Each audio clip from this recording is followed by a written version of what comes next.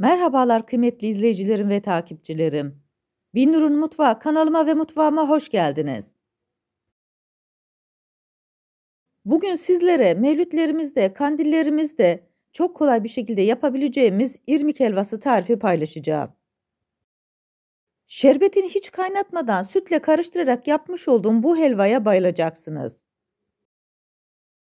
Tarifime başlamadan önce kimin nereden izlediğini bana yorumlardan yazarsanız değerli takipçilerimin nereden izlediğini öğrenmiş olurum.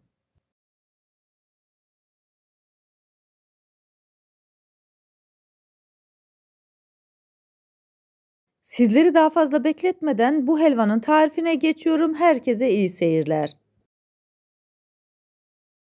İlk önce helvamızın şerbetini hazırlayacağız. Bunun için 2 su bardağı şekeri tencerenin içerisine koyuyorum. 2 su bardağı suyu ekliyorum. Sadece içerisine koymuş olduğumuz şeker eriyinceye kadar ocakta bekletiyoruz.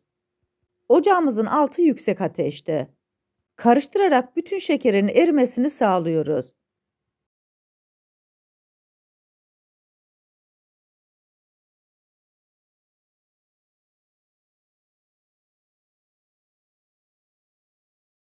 Şekerimiz tamamen eridi. Ocağımızın altını kapattık.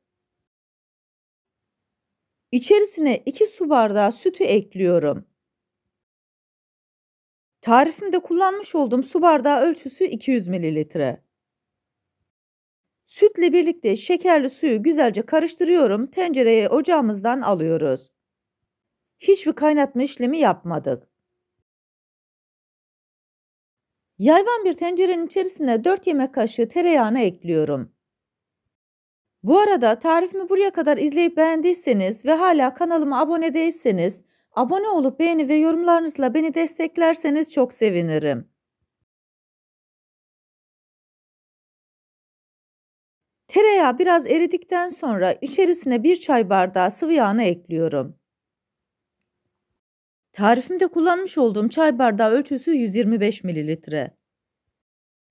Tereyağının içerisine sıvı yağ koyuyoruz. Tereyağının yanmasını istemiyoruz. Sizler de böyle yaparsanız iyi sonuç elde edersiniz.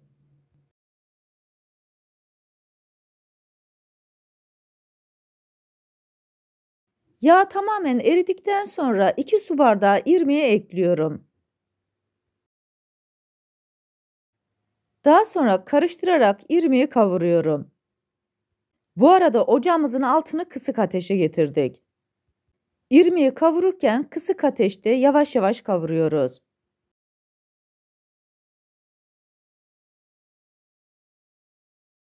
1-2 dakika kavurduktan sonra 1 paket dolmalık fıstığı ekliyorum. Fıstığı irmikle birlikte kavuracağım. Daha önce helvanızı böyle yapmadıysanız bir kez de böyle deneyin, gerçekten çok lezzetli ve güzel oluyor. Görmüş olduğunuz gibi irmiklerimiz şu anda katı kıvamda. Kavurmaya devam ettikçe yağını tamamen bırakacak. Böylelikle karıştırması da daha kolay olacak. Helvanızı pişirene kadar kesinlikle karıştırmayı bırakmıyoruz.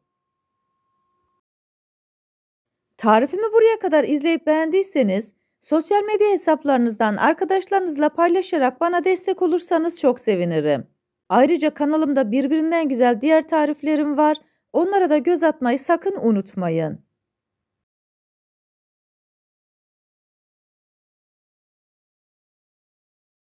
Görmüş olduğunuz gibi helvamız yağını bıraktı. Bu şekilde 20 dakikaya yakın kavuruyorum. Helvanın kavrulup kavrulmadığını anlamak için içerisindeki fıstıklara bakacağız. Fıstıklar altın sarısını rengini aldıysa kavrulduğu anlamına geliyor. Ya da çok küçük bir parça tabağın içerisine koyup biraz şerbet koyarsınız, kıvamını da öylelikle görebilirsiniz. Görmüş olduğunuz gibi helvamız yeterince kavruldu. Fıstıklarımız da altın sarısı rengini aldı. Bu arada tarifimde kullanmış olduğum bütün malzemeleri videomun altındaki açıklama kısmında ölçüleriyle birlikte paylaşıyor olacağım. İsterseniz oradan da bakıp faydalanabilirsiniz. Helvamız kavruldu. Ocağımızın altını kapatıyoruz. Bu aşamada 1-2 dakika boyunca helvanın ılımasını bekliyoruz. Sizler de böyle yaparsanız eğer koymuş olduğunuz şerbet ocağınızı batırmaz. 2-3 dakikanın sonunda şerbeti içerisine döküyorum. Hala ocağımızın altını açmadık. Tencere ve içerisindeki helva hala sıcak olduğu için sütümüz bu şekilde oldu. Şöyle bir karıştırıyorum. Ocağımızın altını tekrar kısık ateşe getiriyoruz. Kısık ateşte yavaş yavaş pişireceğiz. Bu aşamada helvanın tamamen suyunun çekmesini istiyoruz. Kesinlikle karıştırmayı da bırakmıyoruz. Piştikçe göreceksiniz kıvamı koyulaşmaya başlıyor. Ben elimden geldiğince sizlere bütün aşamalara göstermeye çalışıyorum.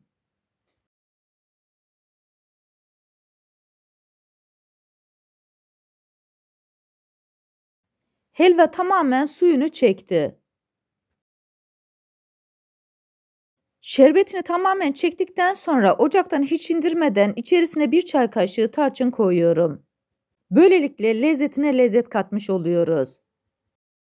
Tarçını da koyduktan sonra tekrar güzelce karıştırıyoruz. Artık ocağımızın altını kapattık. Helvayı demlenmeye bırakacağız. Bunun için 2 tane havlu kağıdı alıyorum, tencerenin ağız kısmına kapatıyorum. Tenceremizin kapağını kapatıyoruz. Bu havlu kağıtlar sayesinde terleme olmayacak. 20 dakikanın sonunda helvamızın ağzını açıyoruz. Görmüş olduğunuz gibi kıvamı oldukça güzel oldu. Tahta kaşıkla helvayı şöyle bir havalandırıyorum. Bu aşamadan sonra helvanızı istediğiniz şekilde servis edebilirsiniz.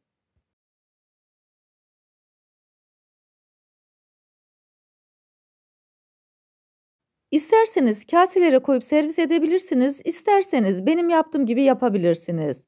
Kupon içerisine serafirişi yerleştirdim. Taban kısmına biraz çam fıstığı koyuyorum. Böylelikle süsleme işlemini de gerçekleştirmiş oluyoruz. Daha sonra ılık helvayı bastırarak içerisine dolduruyorum.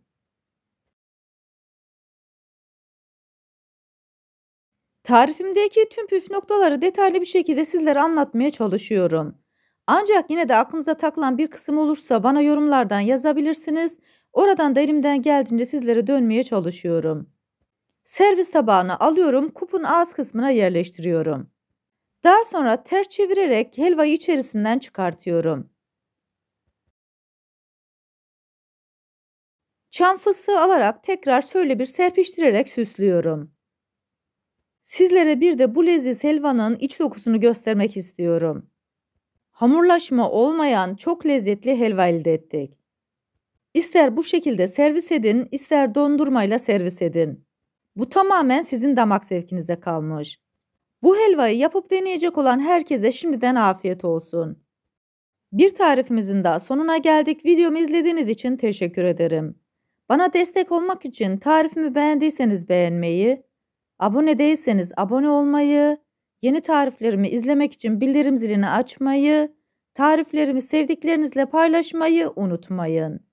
Her şeyin gönlünüzce olması dileğiyle, hoşça kalın, afiyetle kalın, Allah'a emanet olun.